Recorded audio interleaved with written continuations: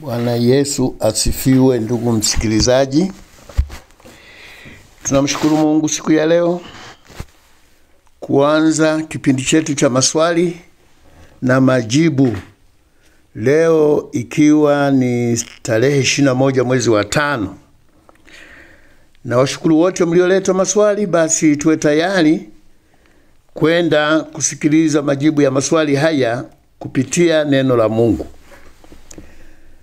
Mtu wa kwanza, nianze na mtu wa kwanza ambaye maswali yake yalibaki wiki iliyopita hatukuweza kuyajibu. Naye ambaye maswali yake hatukuyajibu yalikuwa ni maswali ya ndugu Justice Mkama. Justice Mkama kutoka Morogoro. Yeye alikuwa na maswali haya.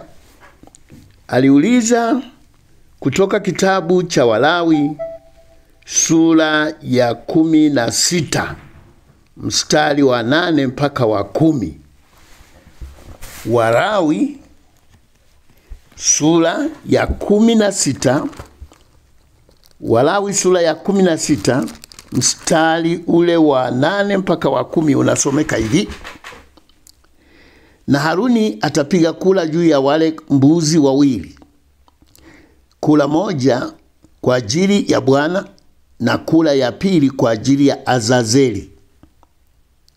Na Haruni atamleta yule mbuzi aliyeangukiwa na kula kwa ajili ya Bwana na kumtoa awe sadaka ya dhambi, bali yule mbuzi aliyeangukiwa na kula kwa ajili ya Azazeli atawekwa hai mbele za Bwana ili kumfanyia upatanisho, ili kumpeleka jangwani kwa ajili ya Azazeli. Sasa ndugu Justice Mkama nauliza, huyu Azazeli ni nani? Je, naye alikuwa ni Mungu au mtu au nani? Neno Azazeli katika Agano la Kale wakati wa Kiebrania ni neno lililotumika kwa mtu, au mpaka sasa ukienda kwenye kamsi, neno Azazeli lina maana mtu anayechukua makosa ya mtu mwingine, au yuko tayari kuchukua adhabu ya mtu mwingine au watu wengine. Kwa leo tungesema kama wakili anayechukua makosa ya watu anayabeba kama ya kwake. Mbuzi wa Azazeli alikuwa ni mbuzi ambaye alikuwa ameandaliwa kubeba makosa ya watu, ya jamii ya watu. Alikuwa anatundwa hai, anawekewa mikono na kuhani juu ya kichwa chake, kwa maana ya kuhamisha dhambi zote kuziweka juu ya kichwa cha mbuzi. Anabeba dhambi za jamii yote, alafu anapelekwa polini, anapelekwa jangwani, akafie huko jangwani. Iliaminika kwamba ameondoka na dhambi, amebeba dhambi kwa niaba ya watu. Ndio ilikuwa maana ya Azazeli. Mbuzi wa Azazeli manake ni mbuzi aliyebeba makosa ya watu. Alipelekwa nyikani na kufia huko. Huyo ndiye aliyeitwa Azazeli. Sio mtu, hakuwa mtu, alikuwa ni mbuzi wa Azazeli. Lakini neno lenyewe Azazeli linaweza likamhusu hata mtu anayekubali kuchukua makosa ya watu wengine, au akakubali kuhukumiwa kwa niaba ya wengine. Kwa mfano, Yesu Kristo alibeba dhambi zetu. Na hii mbuzi wa Azazeli alikuwa ni unabii kwa ajili ya Yesu. Yesu alibeba dhambi za ulimwengu, zikawa juu yake. Kwa hiyo akawa ni Azazeli. Ndio maana ya neno hili Azazeli. Ndugu, umeuliza swali lingine kutoka Yoeli sura ya 3, bonde la kukata maneno lina maana gani? Bonde la kukata maneno. Nabii Yoeli alikuwa anatabiri, alikuwa anazungumza habari ya mataifa. Kwanza ukumbuke kwamba nabii Yoeli alikuwa ni nabii mdogo ambaye ujumbe wake, manabii wengi wadogo walikuwa nahusika na unabii wa huyu. Alikuwa ni nabii wa Yuda. Kulikuwa na manabii wa Israeli na manabii wa Yuda. Yoeli alikuwa nabii wa Yuda, alizungumza habari ya bonde la kukata maneno. Ukitangulia kusoma ile sura ya 3 kama ulivyosema, sura ya 3 kama ulivyosema, mstari ule wa 9, 3 Yoeli 9, anasema tangazeni haya kati ya mataifa, takaseni vita, wamsheni mashujaa, watu wa vita na wakaribie na wapande juu, yafueni majembe yenu yawe panga na miundu yenu iwe mikuki. Hapa ni vita inatangazwa. Alikuwa anazungumza vita iliyokuwa mbele yao. Kulikuwa na vita ya kutekwa, vita ya mataifa. Vita ya mataifa ilikuwa mbele yao. Wajipange kwa vita. Anaposema yafueni majembe yawe panga, katika Biblia majembe yanaashiria amani. Kuyafua majembe yawe panga manake amani imekwisha, sasa ni vita. Miundu inaashiria amani kwa sababu inafanya kazi shambani. Kuigeuza miundu iwe mikuki manake hakuna amani, ni vita. Anawaambia wafanye, anawaandaa kwa ajili ya vita, kwa ajili ya kusimama, maana kuna matukio mbali yanakuja. Lakini anazungumza swali kubwa, umesema sasa bonde la kukata maneno ni nini? Bonde la kukata maneno katika vita hivi, hili neno limetokana na vita linatoka, amenukuu kutoka Yehoshafati. Mfalme Yehoshafati katika kitabu cha Nyakati, mataifa walipomwendea kumshambulia, Yehoshafati, Mungu alimwambia Yehoshafati, alipomulilia Mungu alimwambia usipigane, vita hili sio vyako. Wapange askari, waweke wa mstari wa mbele na wengine nyuma. Mtakapofika katika uwanja, katika lile bonde la vita, hamtapigana ninyi, nitapigana mimi. Waambie watu waanze kuimba, wawekeni waimbaji waimbe, wamsifu Mungu, alafu mtaona nitakachofanya. Kwa hiyo wana wa Israeli hawakupigana. Walitii maelekezo ya Mungu ndani ya bonde la Yehoshafati. Mungu akafanya vita, akapigana vita. Akawa amekata maneno. Ndio maana imetokea neno bonde la kukata maneno. Na vita hivi vinavyokuja vinalinganishwa hivyo, ni kama bonde la kukata maneno. Watainuka watu juu yenu, lakini mimi niko upande wenu. Bonde la kukata maneno kama bonde la Yehoshafati. Ndio maana yake ya maneno haya, bonde la kukata maneno. Umeuliza swali lingine kutoka Korintho ya pili sura ya 3. Korintho ya pili sura ya 3. Umeuliza katika sura hii maswali yako kama 3. Bonde la umeuliza habari ya huduma ya mauti ni nini? Huduma ya mauti ni nini? Huduma ya mauti inayoelezwa katika sura hii ya 3, huduma ya Agano la Kale, huduma ya sheria. Sheria inaitwa mauti. Ndugu zetu waliofanya huduma ya sheria iliitwa huduma ya mauti, kwa sababu ukishindwa kutimiza ilikuwa ni kifo. Biblia inasema pia sheria au Torati ilikuwa ni kama laana.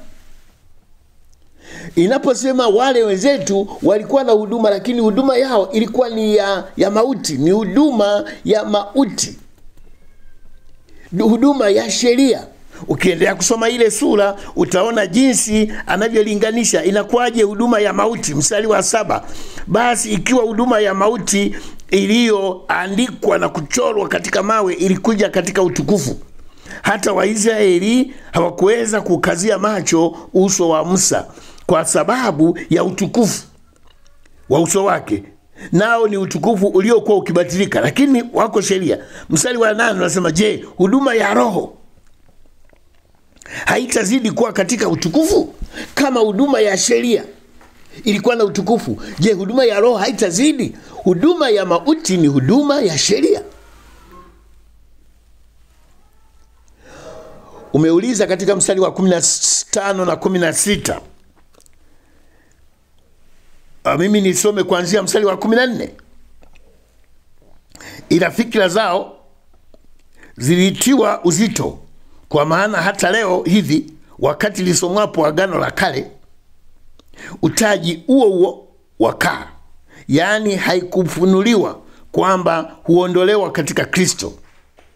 Ila hata leo Torati ya Musa isomwapo, utaji huikalia mioyo yao.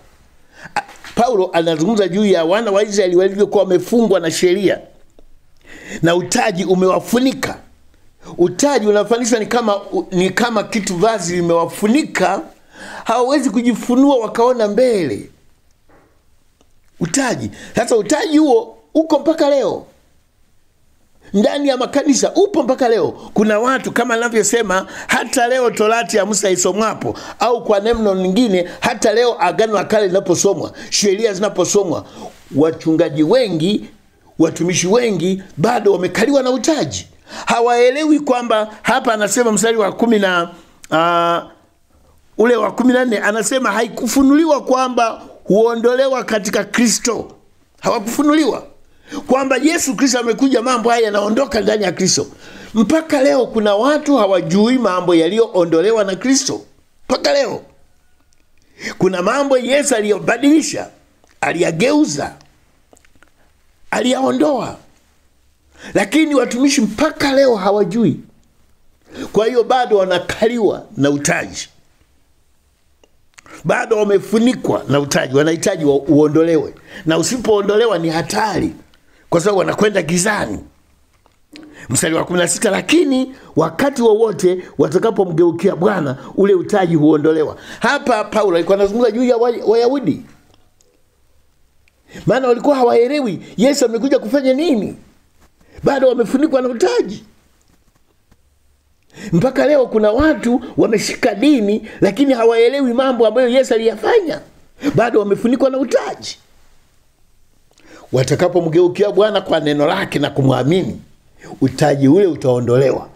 Watu wameshikwa na mapokeo, hawalielewi neno. Wakigeuka na kumwangalia Bwana, utaji utaondolewa, watafunuliwa, wataanza kumsikiliza Bwana. Yesu akiwa na wanafunzi wake siku ya kuaga katika Luka sura ya 24 ile mstari 49 na kuendelea, Biblia inasema ndipo akawafunuliwa maandiko, waanze kuelewa, waanze kutambua. Leo kuna watumishi wengi hawajafunuliwa jambo hili. Mungu atusaidie sana.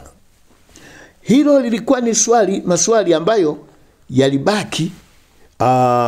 yalibaki wakati tulipokuwa tunajibu maswali ya wiki iliyopita. Anayefuata sasa ndugu anaitwa unawaza nini? Yeye ameuliza kutoka Mithali 31 mstari wa 6.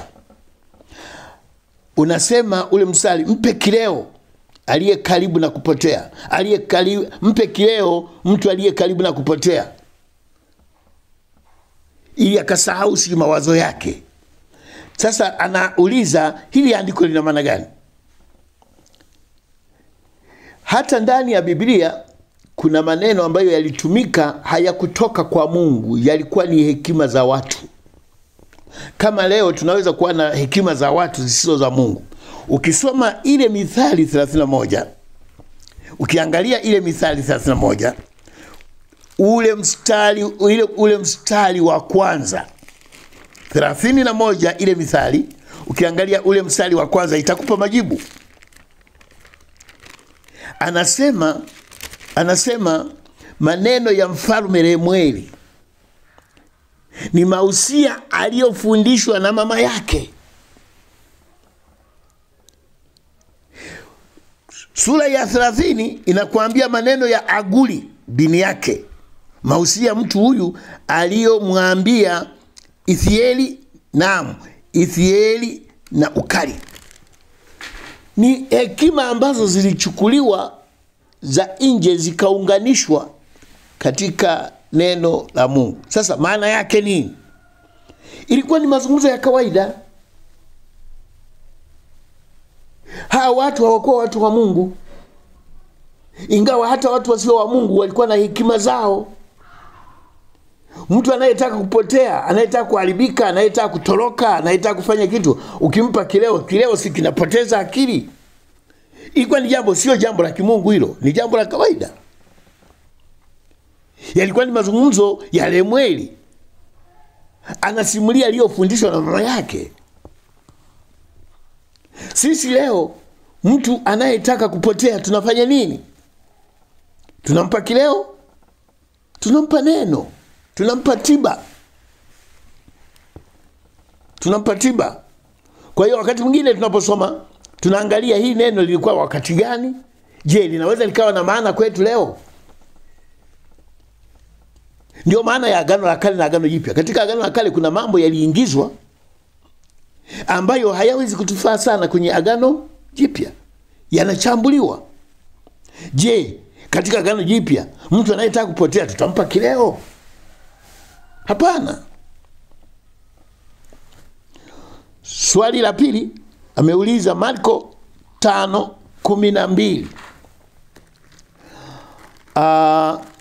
Mapepo, Mungu Yesu alipomponya mtu mwenye mapepo legion ndani ya mtu aliyekaa makaburini, mapepo yaliomba ruhusa. Biblia inasema yaliomba ruhusa anapoyatoa yale mapepo yaende kwa nguruwe, na Yesu akayaruhusu yatoke yaende kwa nguruwe. Swali linasema hivi, Mungu anajibu maombi ya shetani? Mungu anajibu maombi ya shetani? Mungu na shetani, kwanza uwezi kufananisha mwanadamu tunavyomuelewa shetani na Mungu. Unaona katika maandiko shetani anaongea na Mungu. Unaona katika maandiko shetani anajadiliana na Mungu.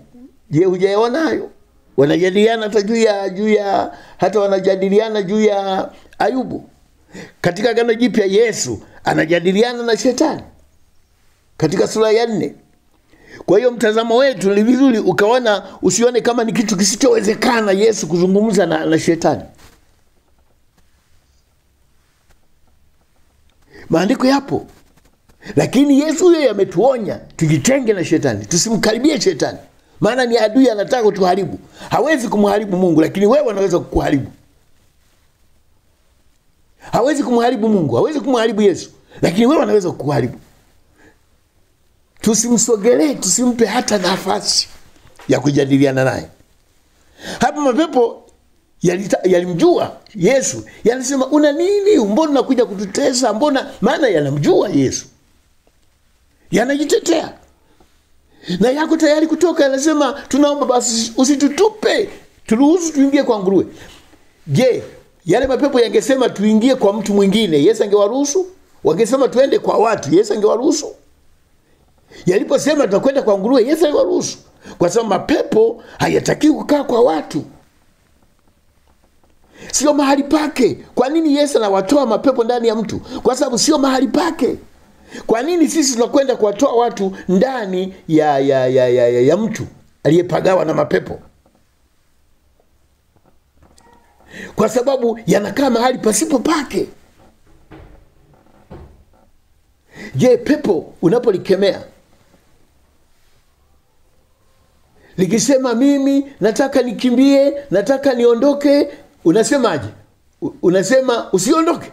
Si unajibizana nalo, unamwambia yeye ondoka. Je, umejibu maombi yake? Umejibu maombi yake? Hujajibu maombi yake. Yesu hakujibu maombi ya shetani. Ila yalikuwa yanaondoka mahali pasipo stahili, yanakwenda mahali wanakostahili kukaa. Na Biblia inasema, haisemi aliwajibu, anasema aliwarupa ruhusa. Asingewapa ruhusa kwenda kwa watu, maana sio mahali pake, hawastahili kukaa kwa watu. Kule wanako kwenda, wangesema tunakwenda milimani, angesema nendeni, maana huko ndiko mnakostahili. Tunakwenda kwa wanyama, nendeni, huko mnastahili. Lakini kwa watu hamstahili kukaa. Kwa hiyo haikuwa ni kujibu maombi. Swali lingine la ndugu, nawaza nini? Biblia inasemaje mwanaume kumzidi mwanamke umri wakati wa kuoana?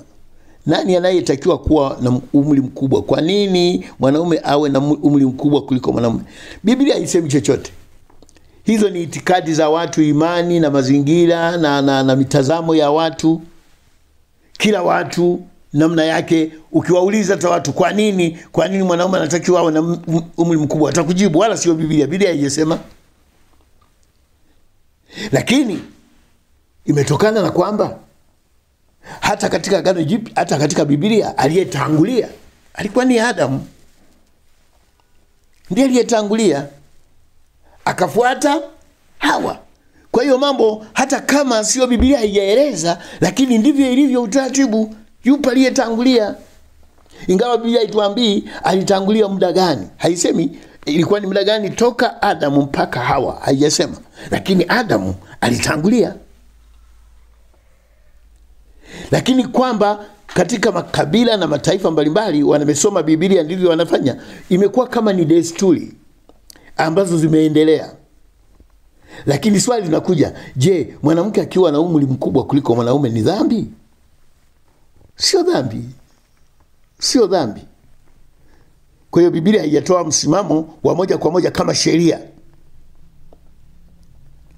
Swali lingine umeuliza la mwisho, unaomba ufafanuzi wa sura ya wenye uhai wanne katika Ufunuo 4. Wenye uhai wanne, unaomba ufafanuzi juu ya zile sura: simba, ndama au ng'ombe. Ndama katika Ufunuo, ng'ombe katika Ezekieli, au mwanadamu na tai. Sura ya simba inaonyesha ufalme wa Yesu. Yesu ni mfalme. Sura ya simba. Sura ya ng'ombe inaonyesha utumishi wa Yesu Kristo. Mwanadamu, Yesu alikuja kama mwanadamu, ubinadamu wa Yesu katika ukombozi wake. Sura ya tai, Yesu, sura ya tai anamwakilisha Mungu. Yesu ni Mungu, alikuja kama Mungu akivaa mwili wa mwanadamu, lakini alikuja kutumika, lakini akiwa mfalme. Haya yote unayakuta katika Injili 4 za Yesu. Mathayo anamfafanua Yesu kama mfalme, yani kama simba. Marko anamuelezea Yesu kama mtumishi aliyekuja kutumikia ulimwengu, kama ng'ombe au ndama. Alafu Luka anamuelezea Yesu kama mwana wa Adamu aliyevaa mwili kuja kutukomboa. Yohana anamuelezea Yesu kama Mungu, tai. Ndio ufafanuzi wa wenye uhai wanne. Swali mtu wa pili ameuliza, au watatu, Charles Mininga. Yeye ameuliza kutoka Ezekieli 28 na Isaya 14, sura hizi ambazo zimetumika kuelezea anguko la mfalme wa Tiro na anguko la mfalme wa Babeli, zinazofananishwa kama ni shetani. Katika sura hizi amesema yeye anakubali kwamba katika sura ya Isaya kweli alikuwa ni mfalme wa Babeli, hakuwa shetani. Na katika Ezekieli amekubali kwamba alikuwa ni mfalme, hakuwa shetani. Sasa swali linakuja, je, kujiinua kwa wafalme hawa Vipi, unatamani kukua katika neno la Mungu? Unataka kujifunza neno la Mungu kwa kina ukiwa nyumbani kwako tu? Sasa ni wakati wako. Kingdom Truth Bible College KTBC inakuletea masomo ya Biblia kwa njia ya mtandao kupitia simu yako tu. Jifunze neno la Mungu na uimarike kiroho popote pale ulipo duniani. Ni rahisi sana. Kikubwa uwe na akili timamu, ujue kusoma na kuandika, na uwe na hamu ya dhati ya kujifunza Biblia. Tuna walimu waliobobea na wenye uzoefu mkubwa kufundisha biblical theology, na utajifunza kozi zaidi ya 24 zitakazokubadilisha kimwili na kiroho. Kujiunga, tuma neno usajili kwenda namba 0741996990. Mara baada ya hapo utapokea maelekezo rahisi tu ya namna kujiunga, ama tembelea www.ktbc.ac.tz na utachukua fomu yako kwa shilingi 10,000 tu ama $15. Tupigie simu au kwa WhatsApp namba 0769007328. Kuwa sehemu ya kizazi kilichojengeka kiroho na kimwili kwa ufanisi wa hali ya juu kupitia Kingdom Truth Bible College KTBC. Blessed. Kana na roho ya shetani ndani yao. Mimi nasema ndio, kujiinua kulitokana na roho ya shetani. Je, hiyo ni sababu ya kuwaita wawe shetani? Hata sisi mbona tunashawishiwa na shetani? Mbona mwanadamu anashawishiwa na shetani? Je, kushawishiwa na shetani kwa mtu kuna msababisha awe shetani? Hapana. Kwa sababu shetani ni mshawishi, ni mwongo, ni mjaribu. Je, kuna mfanya huyo mtu awe shetani kwa sababu amejaribiwa na shetani? Hapana. Shetani anabaki ni shetani na huyo mtu anabaki kuwa ni mtu.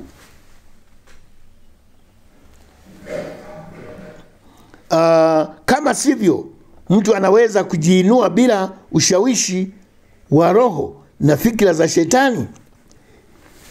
Tambua, Biblia tunaposoma, sitakupa maandiko kwa sasa hivi, lakini ndivyo ilivyo. Mwanadamu ana mwili, mwanadamu ana roho, ana nafsi. Kuna roho wa Mungu, kuna roho ya shetani, kuna roho ya mwanadamu. Utambue hilo.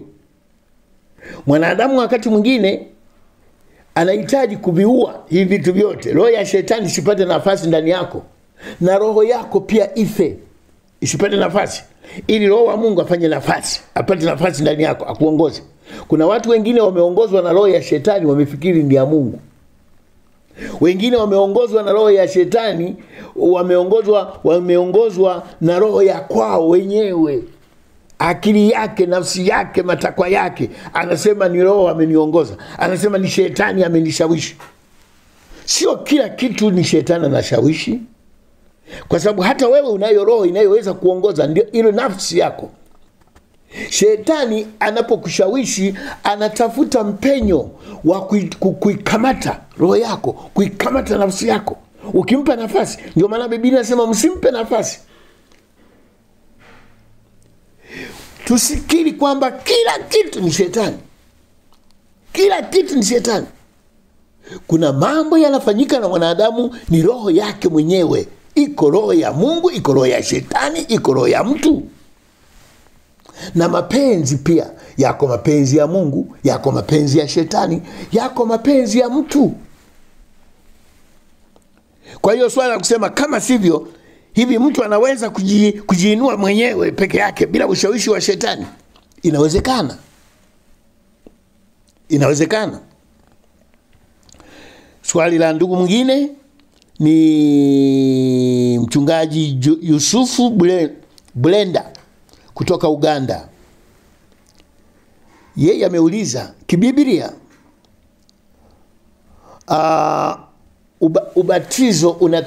ubatizo unatakiwa ufanyike wapi? Mtoni, baharini au ziwani, au kwenye visima, mabwawa? Kuna upinzani unaoendelea. Watu wanasema mtu aliyebatizwa kwenye kisima sio ubatizo, mpaka kabatizwe kwenye mto, mpaka kabatizwe kwenye bahari au kwenye ziwa. lakini wengine wanabatizwa kwenye visima vimetengenezwa, na watu wamekuwa na mashaka kwamba huo sio ubatizo. Sasa ndugu huyu anauliza, hebu tusaidie, Biblia inasemaje juu ya jambo hili? Biblia haijasema chochote, lakini Biblia ilichosisitiza ni maji mengi. Biblia inatuambia juu ya maji mengi. Haituambii maji mengi ya wapi, ya mtoni, ya ziwani, ya baharini. Haituambii kuhusu maji mengi yatoke wapi, baharini, ziwani. Kwa nini tunasema hivi? Kwa sababu watu wengine hata ukizungumza ziwa hawalijui ziwa likoje. Kuna mikoa mingine, kuna maeneo mengine hata mito hawaijui. Wanavyojua ni visima, na maji wanayajua yale ya mvua. Mvua zikinyesha ndipo wanaona maji ya mvua, lakini wakati wa mvua hamna ni jua, hawajui mito. Kuna maeneo hawajui mito. Sasa ukisema ubatizo lazima uwe wa mto, utakuwa umeharibu Biblia. Ukisema ubatizo lazima uwe wa ziwa au bahari, umeharibu Biblia. Wengine hata mito wanayo, lakini iko mbali. Mnafunga safari ya kilomita 5 kwenda kubatiza mtoni, kilomita 6, 7, 10 mnakwenda kubatiza. Kwa namna hiyo, wengine mito iko karibu, lakini mazingira yanakataa. Kuna mambo ya mazingira ya serikali wanaotunza mito, matumizi ya maji na kuwaje, mpaka uombe kibali. Sasa mambo haya, watu wanaosema ubatizo lazima uwe wa ziwa, lazima uwe wa mto, hawajatembea, hawajui hata mazingira. Biblia haijazungumza habari ya mto, mazingira, ziwa. Unazungumza juu ya maji mengi. Maji mengi yanaweza kuwa wapi? Yanaweza kutoka mahali popote. Kisima, bwawa likatengenezwa. Kwa hiyo kuhusiana na Biblia kwamba ni ubatizo upi, Biblia inazungumza ni ubatizo ule wenye maji mengi. Nisome Yohana sura ya 3 mstari wa 22. Baada ya hayo Yesu na wanafunzi wake walikwenda mpaka nchi ya Uyahudi, akashinda huko pamoja nao, akabatiza. Yohana naye alikuwa akibatiza huko Ainoni karibu na Salimu, kwa sababu huko kulikuwa na maji tele. Kwa nini Yohana alisafiri mpaka Ainoni? Kwa sababu alikuwa anafuata maji tele. Je, wewe utaweza kufuata? Unaweza kusafiri na washirika wako kwenda kuwabatiza kufuata maji tele yaliyo mbali, kilomita 5, 10, 20? Hapana, Mungu hajawahi kutupa sheria hiyo. Kwa hiyo ubatizo tunaangalia kutokana na mazingira tulionayo. Kisima ni maji, mto ni maji. Kuna maeneo mengine niliwahi kupita, walikuwa wanabatiza kwenye mto. Baadaye serikali na wizara ya kutunza mazingira wakapigwa marufuku. Wana mto lakini wamepigwa marufuku kubatiza ndani ya mto. Sasa tunaona mambo yanavyokwenda. Ubatizo ni ubatizo wa maji mengi. Popote utakapoyapata. Hata nimeona sehemu nyingine wanatengeneza vyombo, matenki makubwa ya kubatizia, kwa sababu hawana maji. Wanasafiri kwenda kuchota maji, wanayajaza humo mahali mwa kubatizia maji. Kinachotakiwa ni maji. Nadhani nimekwisha kujibu ndugu Blenda kutoka Uganda. Swali lingine ni la ndugu Bitendo. Ndugu Bitendo kutoka Marekani, USA. Yeye ameuliza swali hili kutoka kwamba hivi Mungu ana kigeugeu? Mungu ana kigeugeu?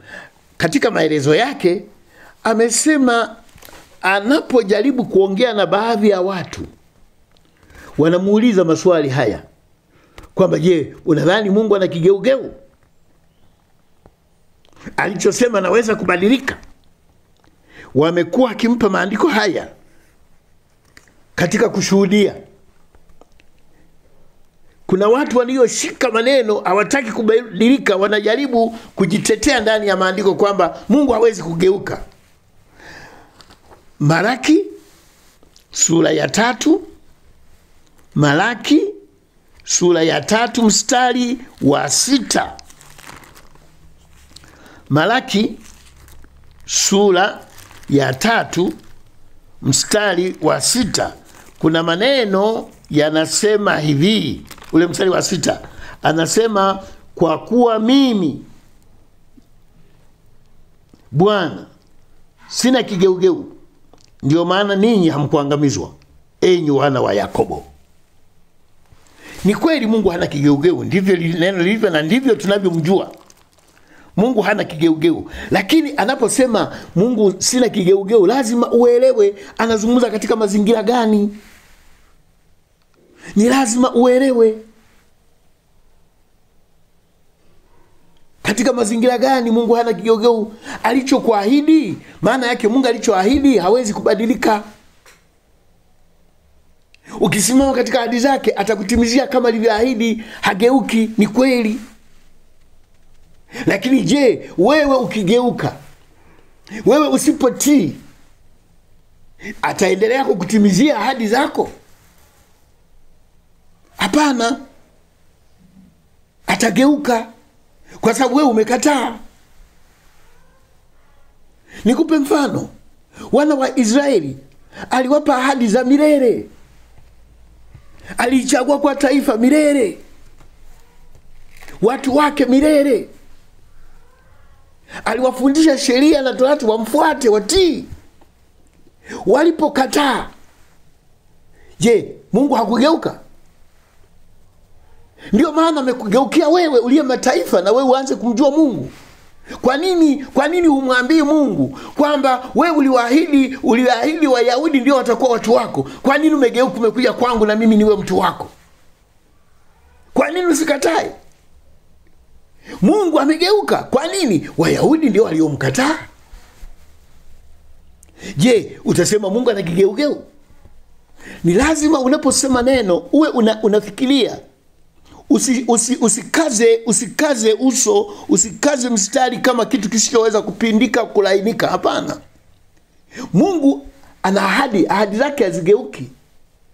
Tunasimama katika ahadi zake, tunaomba, Mungu anatujibu kwa sababu yeye hageuki.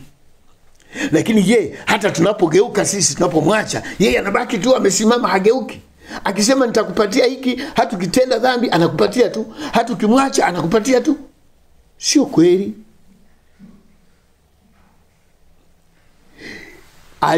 Aliwafanya taifa la Israeli kuwa ndio taifa lake.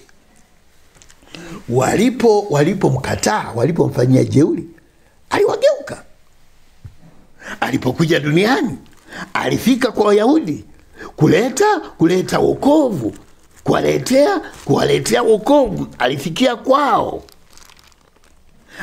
kwao. Walipomkataa Wayahudi, alifanyaje? Ukisoma Mathayo sura ya 21, aliwaambia hivi, mstari wa 42, 21:42, Yesu akawaambia, hamkupata kusoma katika maandiko, jiwe leo likataa waashi, hilo limekuwa jiwe kula pembeni. Neno hili limetoka kwa Bwana, nalo ni ajabu machoni petu. Kwa sababu hiyo nawaambia, ufalme wa Mungu unaondolewa kwenu, na watapewa taifa lingine lenye kuzaa matunda yake.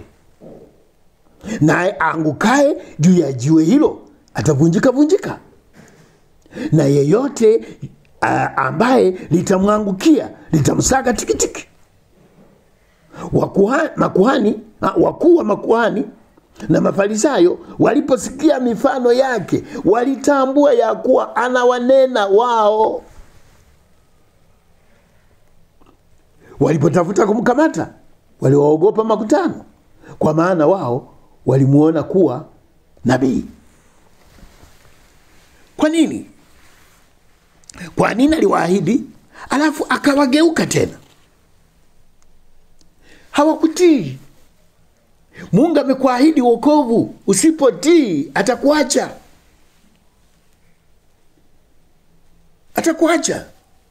Biblia inaposema Mungu hana kigeugeu, umuelewe anazungumza kuhusu nini. Hata wewe kama unamwabudu leo Mungu, unamwabudu kwa sababu amegeuka, amebadilisha lile alilofanya. Wayahudi aliwaambia Waisraeli kutoka Misri kwenda Kanaani. Kuna mahali walimuudhi, akataka kuangamiza. Alitaka kuangamiza. Musa akaanza kuomba, akasema, Bwana, mbona uliwaahidi? Watu watasema umewaahidi alafu na waua jangwani. Ushawishi wa Musa, Mungu akamkubali Musa. Lakini wengi walikufa jangwani. Aliowaahidi kwamba watafika Kanaani, wengi walikufa. Kwa nini? Kutokugeuka kwa Mungu kunatokana na mwanadamu anavyomtii, anavyomsikiliza, anavyoenenda sawa sawa na mapenzi yake. Ndio maana ya na mstari mwingine alitoa ni Yakobo, maana ni ile ile Yakobo 1:17, nayo inasema hivyo hivyo. Yakobo 1 mstari ule wa 17 unasema hivi. Yakobo 1 mstari wa 17, kwa maelezo na ufafanuzi ni ule anasema, kila kutoa kuliko kwema na kila kitolewacho kilicho kamili kutoka juu hushuka kwa Baba wa mianga, kwake hakuna kubadilika wala kivuli cha kugeuka. Sawa kabisa. Kwa nini anawaumba watu alafu wataingia jehanamu? Watahukumiwa. Je, ni Mungu amegeuka au ni mwanadamu amegeuka? Biblia inasema Mungu ametupa agano. Agano manake tumeagana naye kwamba tutamfuata, tutakuwa watu wake na yeye atakuwa Mungu wetu. Tunapovunja sheria zake, tunavunja agano, tunavunja mkataba, tunavunja sheria. Tunapohukumiwa, sio Mungu amegeuka, ni wewe umegeuka. Ni wewe umegeuka. Unapomwambia mtoto kwamba nakupa kitu hiki, nakupa shamba hili, nakupa nyumba hii, atakapokigeuka kwamba wewe sio baba yangu, sikutaki, unaendelea kusema nakupa, sina wewe, unaweza kugeuka ukasema basi naichukua nyumba hii nampa mtoto mwingine, au chukua shamba hili nampa mtoto mwingine. Je, ni nani amegeuka? Ni wewe umegeuka au ni yule aliyekataa, aliyevunja agano ndiye amegeuka? Tuelewe lugha ya Biblia. Mungu atusaidie. Swali lingine ni la ndugu yetu. Nimalizie kwa haraka. Lucas Kiswiza ya Ndolera kutoka Simiu ameuliza, ameandika maandiko mengi. Kuna Zaburi 138 anayosema Bwana ameikuza hadi kuliko jina lake. Ameweka Efeso 2:8 inalosema tumeokolewa kwa neema kwa njia ya imani. Ameandika andiko lingine Korintho ya 2:6-2 kwamba wakati uliokubalika ni sasa. Yohana 14 mstari wa 13 anasema mkiniomba neno lolote kwa jina langu nitalifanya. Ndipo ameleta maswali. Kwa nini waliookoka wanahangaishwa na magonjwa, uchumi, shida, kurogwa, wachawi wa mpaka makanisani, na waovu wanaonekana kuwa na nguvu kuliko waamini?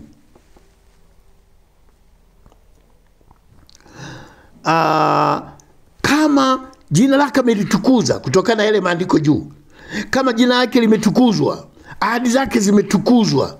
Tumeokolewa kwa neema ya Mungu na imani, na wakati tumekubalika ndio huu tumeupokea. Na amesema tukiomba lolote tunapata. Kwa nini magonjwa? Kwa nini uchumi wa shida? Kwa nini watu wanarogwa, watu wa Mungu? Kwa nini kuna uchawi makanisani? Kwa nini watu waovu wanaonekana kuwa wana nguvu kuliko hata waamini? Shida haibaki kwa Mungu, shida inabaki kwa watu. Shida inabaki kwa watu kwa maana mbalimbali. Mungu, nguvu za Mungu haziwezi kushindwa na nguvu za wachawi, haziwezi kushindwa na nguvu za watu. Hatuwezi kurogwa, hatuwezi kushindwa na nguvu za magonjwa. Ametuahidi kwamba yeye atatuponya. Tunamwamini kiasi gani katika uponyaji? Tunamwamini kiasi gani? Imani yetu iko kiasi gani katika uponyaji? Je, imani yetu na nguvu na mamlaka tuliyopewa tunayatumiaje kuhusu wachawi? Au tunawatukana tu lakini hatuna nguvu? Kuna watu wengi wanawatukana wachawi lakini hawana hata nguvu za kushindana na mchawi. Imekuwa kama wimbo. Wachawi hata ukiwa pamoja nao. Kwa nini wachawi wakae makanisani? Wanakaa makanisani kwa sababu nguvu ya Mungu haimo. Mchawi hawezi kukaa mahali ambapo nguvu ya Mungu ipo. Kosa sana ni kosa, sio la Mungu, kosa ni letu. Nguvu ya shetani haiwezi kustahimili mahali palipo na nguvu ya Mungu. Tumejazwa mno mazoea na maneno ya mdomoni, hatujatafuta nguvu za Mungu.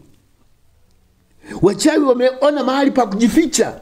Kanisa linakuwa kichaka cha kujificha. Sio kwamba Mungu ameshindwa, ni sisi tumeshindwa.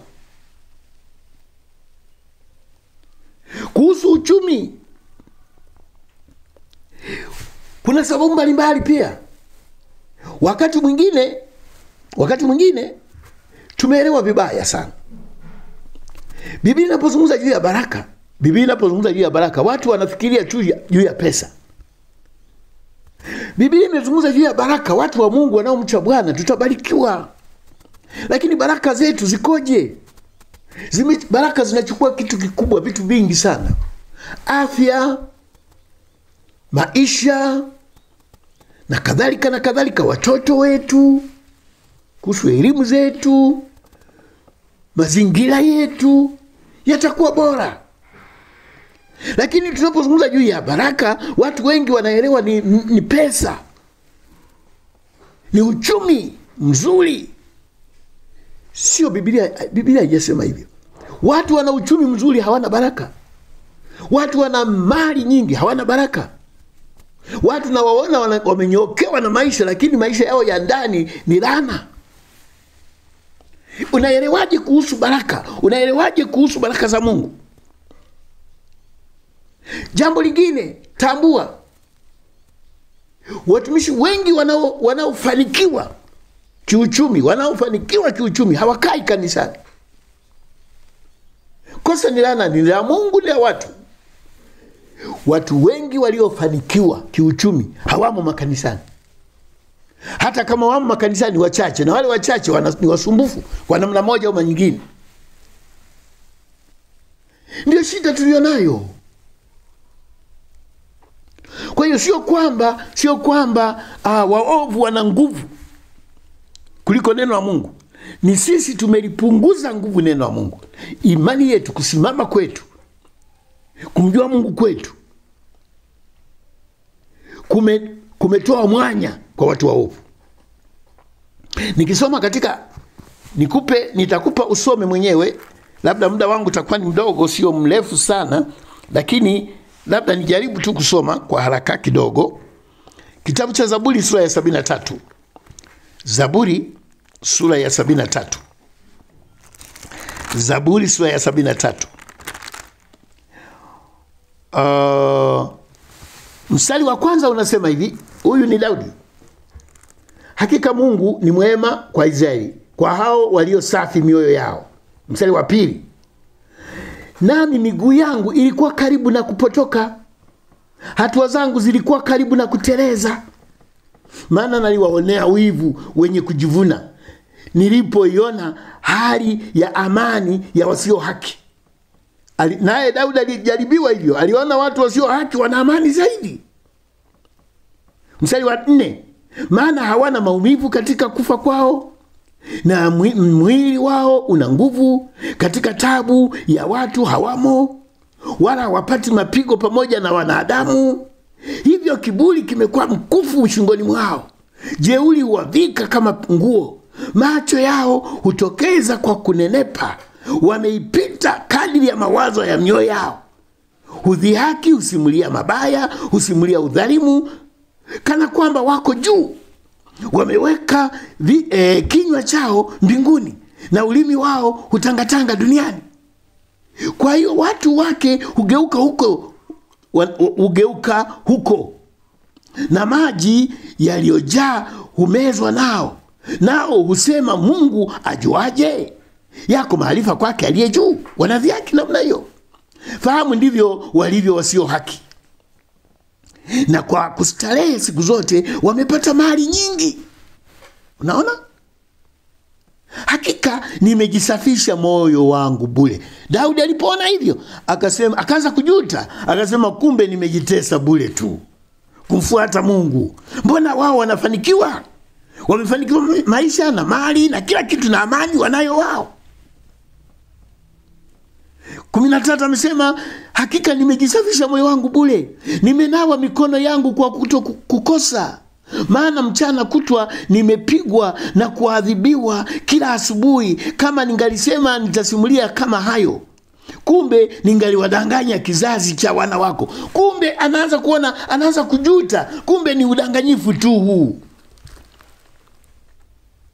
Mstari wa 16, nami nalifikiri jinsi ya kufahamu hayo, ikawa tabu machoni pangu. Sikiliza mstari wa 17, hata nilipoingia katika patakatifu pa Mungu, nikautafakari mwisho wao. Hakika wewe huwaweka penye utelezi, huwaangusha mpaka palipoharibika. Naam, namna gani wamekuwa ukiwa mara, wametokomea na kutoweshwa kwa utisho. Bwana, kama ndoto wakati wa kuamka, uondokapo utaidharau sanamu yao. Mstari wa 17, nilipoingia patakatifu, yani nilipoingia katika mambo ya roho, baada ya kukatishwa tamaa na watu wa dunia walivyo na mafanikio, walivyo na mali, wanavyojivuna na kadhalika na ushindi, nilikakata tamaa. Lakini nilipoingia katika roho, maana yake nilipoingia katika Mungu, nilipoanza kumtafuta Mungu, nilipoingia kwa Mungu, ndipo nikapata ufahamu, nikagundua kumbe wao ndio wako kwenye utelezi. Kumbe wao ndio wako kwenye hatari. Kumbe wao ndio wana mambo mabaya zaidi. Nilidhani mimi ndio nateleza, kumbe hapana. Mambo haya yalimpata hata Daudi. Angalia hata Malaki sura ya 3 yalimpata. Akasema, Mungu, mbona wale wasio kutumikia wanaonekana ndio wanafanikiwa? Soma sura ya 3 ile mstari ya mbele, baada ya mafundisho ya fungu la 10. Hata Malaki alilalamika, Mungu akamjibu, akasema, unavyoona sivyo. Malaki alisema, mbona watu wasio kucha wewe, mbona wasio kutumikia wewe, mbona watu walio dunia wanaonekana wana mafanikio, wana amani, wana kila kitu, sisi tunateseka? Mungu alimjibu. Soma Habakuki sura ya 2, alimlalamikia Mungu, naye aliona hivyo hivyo, Mungu alimjibu. Hata watu wa leo wana akili hizo hizo. Wanasema watu wa dunia wanafanikiwa, watu wa dunia wana heri, watu wa dunia iko hivi, mbona sisi hatuna utajiri, mbona hatufanikiwi, mbona? Mungu anajua. Na hali hiyo haijaanza wewe, ilianza hata kwa kina Daudi, ilianza hata kwa kina Habakuki, ilianza hata kwa kina Malaki. Macho yetu tunavyomwelewa Mungu na baraka zake, huenda tumeelewa vibaya. Tunadhani ukibarikiwa unakuwa na kila kitu kinakwenda smooth, laini. Baraka haziko hivyo. Watu wengi wamefanikiwa, wamejichoma, hawana Mungu. Wana mali, wana mafanikio, wana tabu, wanaishi na nguvu za giza za shetani. mpaka zimewavuta watu wa Mungu nao kutamani. Usitamani mambo ya dunia. Ameeleza ndugu yangu Kiswiza, anasema hata watu wa Mungu tunaona wameanza kujaribiwa, wanaingia huko, wanatafuta vitu vya nje ili huduma zao zifanikiwe, maana wameshindwa kujiendesha huduma zao. Ni kweli. Wameendesha huduma, tunaona kama zinagoma, wameamua kujichanganya, kujiingiza huko nje ili wapate vitu vya kusaidia huduma zao kiuchumi na maongezeko ya watu, wanadhani ni baraka. Ndugu, hao wapo wanaendelea, lakini wamepotea. Mungu atupe macho ya kiroho. Atupe macho ya kiroho. Macho ya kimwili haya tukiangalia utajiona wewe hufai hata kuwemo kanisani. Ndivyo alivyoona hata Daudi. Je, Daudi hakuwa na baraka za Mungu? Ndivyo alivyoona hata Malaki. Je, Malaki hakuwa na baraka za Mungu? Ndivyo alivyoona hata Habakuki. Je, Habakuki hakuwa na baraka za Mungu? Watu leo ukisema baraka wanafikiri ni hela. Mimi siugui, nimebarikiwa. Watoto wangu wana amani, wanasoma, wanafurahi, wanakula, hawalazi hospitali. Nimebarikiwa. Nina amani, na lala kama mtoto kwa furaha. Nimebarikiwa. Bwana ananijibu maombi yangu. Nimebarikiwa. Ninatembea katika baraka za Mungu. Ninachohitaji Bwana ananipatia. Sina utajiri, lakini natamani kuishi ndani ya baraka za Mungu. Wakisema chagua kuwa tajiri, uchague na kuishi ndani ya baraka za Mungu, wewe utachagua nini? Watu wengi watachagua utajiri. Iko tofauti ya kuwa na mali na kuwa na baraka. Iko tofauti. Mungu atusaidie sana. Haya mambo tunapigwa nayo sana siku hizi. Yanatusumbua mpaka yamewaondoa watumishi ndani ya huduma. Wameungana na watu wa dunia na nguvu za giza na ushirikina. Ndio maana huduma nyingi zina masharti makubwa. Masharti. Unapotaka kuingia lazima utimize hiki, lazima utimize hiki. Paka vimeingia kutumia watu wametumia, wanasema visaidizi. Watu wanaotumia visaidizi jina la Yesu limewashinda. Wametegemea jina la Yesu, wametegemea baraka kwa Yesu, wameshindwa. Sio kwamba Yesu amewanyima, hapana, wao wamemuelewa Yesu vibaya. Wameona waanze kutafuta visaidizi. Leo huduma inayoendelea ni ya visaidizi. Utasaidiwa na maji, utasaidiwa na mafuta, utasaidiwa na nywele, utasaidiwa na kucha, na udongo, sijui na sabuni, sijui na vitu gani, visaidizi. Wanaona hivyo vinawapa nafuu kuliko walivyotumia imani peke yake. Na watu wa Mungu walio katika Mungu hawaoni kwamba wenzetu wamepotea, nao wanakwenda wanaingia. Watu wanawatoa watu kwenye imani, maana imani ni kumwamini Mungu bila kuona. Ndio maana ya imani. Soma Waebrania 11 mstari wa 1. Imani ni kumwamini, ni kukubali, hata na kuhakikisha, hata bila kuona, hata bila kugusa. Leo mafundisho yanawatoa watu kwenye imani, yanawaleta kwenye vitu.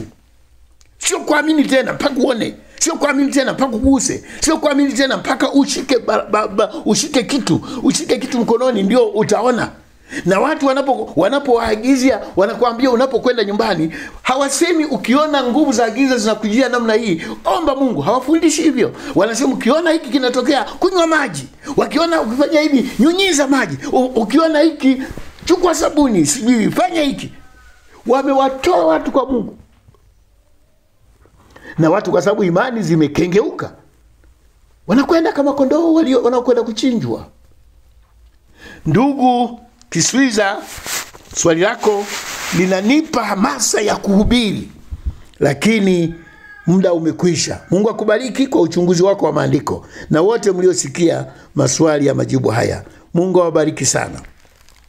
Ninakukaribisha katika huduma yetu ya neno la Mungu, huduma yetu ya kujibu na maswali. Pia tuna chuo cha Biblia kwa njia ya mtandao. Tunawataka watu wajiunge. Kimeanza, tangu tarehe 1 tumefungua. Tuna wanafunzi wanaendelea na masomo, na wewe unakaribishwa, hujachelewa. Mungu akubariki sana. Na namba zetu za simu nitaja ya kwangu 0757 99. Namba ya msaidizi wangu ni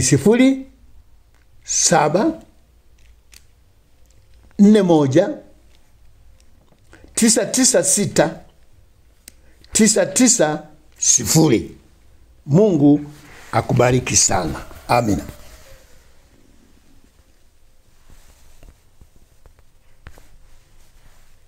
Vipi, unatamani kukua katika neno la Mungu? Unataka kujifunza neno la Mungu kwa kina ukiwa nyumbani kwako tu? Sasa ni wakati wako. Kingdom Truth Bible College KTBC inakuletea masomo ya Biblia kwa njia ya mtandao kupitia simu yako tu. Jifunze neno la Mungu na uimarike kiroho popote pale ulipo duniani. Ni rahisi sana. Kikubwa uwe na akili timamu, ujue kusoma na kuandika, na uwe na hamu ya dhati ya kujifunza Biblia. Tuna walimu waliobobea na wenye uzoefu mkubwa kufundisha biblical theology, na utajifunza kozi zaidi ya 24 zitakazo kubadilisha kimwili na kiroho. Kujiunga, tuma neno usajili kwenda namba 0741996990. Mara baada ya hapo utapokea maelekezo rahisi tu ya namna kujiunga, ama tembelea www.ktbc.ac.tz na utachukua fomu yako kwa shilingi 10,000 tu ama $15. Tupigie simu au kwa WhatsApp namba 0769007328. Kuwa sehemu ya kizazi kilichojengeka kiroho na kimwili kwa ufanisi wa hali ya juu kupitia Kingdom Truth Bible College KTBC.